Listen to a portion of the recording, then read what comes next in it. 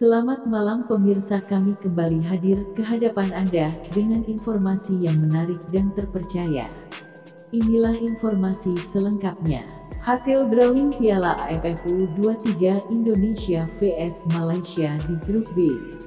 Timnas Indonesia U23 satu grup dengan Malaysia dan Timor Leste di Grup B Piala AFF U23 2023 berdasarkan hasil drawing AFF.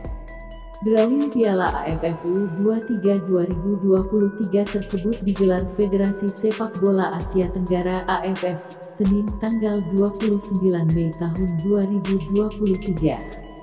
Pengumuman hasil drawing itu ditunjukkan pada unggahan akun resmi di media sosial Twitter. Indonesia U23 yang pada edisi sebelumnya absen di Kamboja kini akan berhadapan dengan Malaysia dan Timor Leste di Grup B.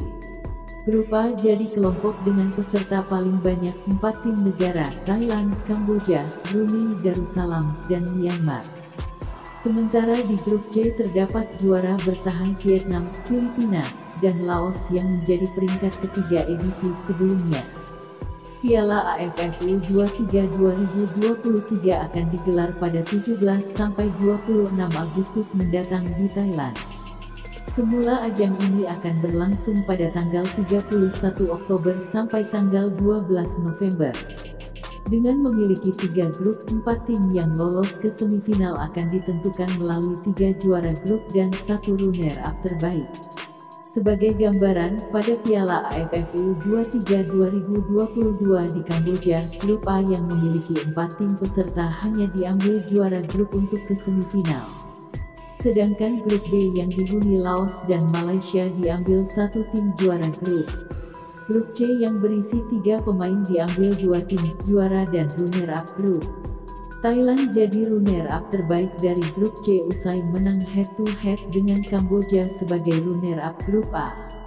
Timnas Indonesia U23 absen pada edisi sebelumnya karena 7 pemain positif COVID-19, begitu juga dengan Myanmar yang absen dengan alasan sama. Hasil drawing Piala AFF U23 2023. Grup A Thailand, Kamboja, Brunei ds Myanmar. Grup B, Indonesia, Malaysia, Timor Leste. Grup C, Vietnam, Filipina, Laos. Itu saja yang dapat kami sampaikan. Jika ada salah kata mohon dimaafkan karena kesalahan datang dari saya pribadi yang tak luput dari dosa.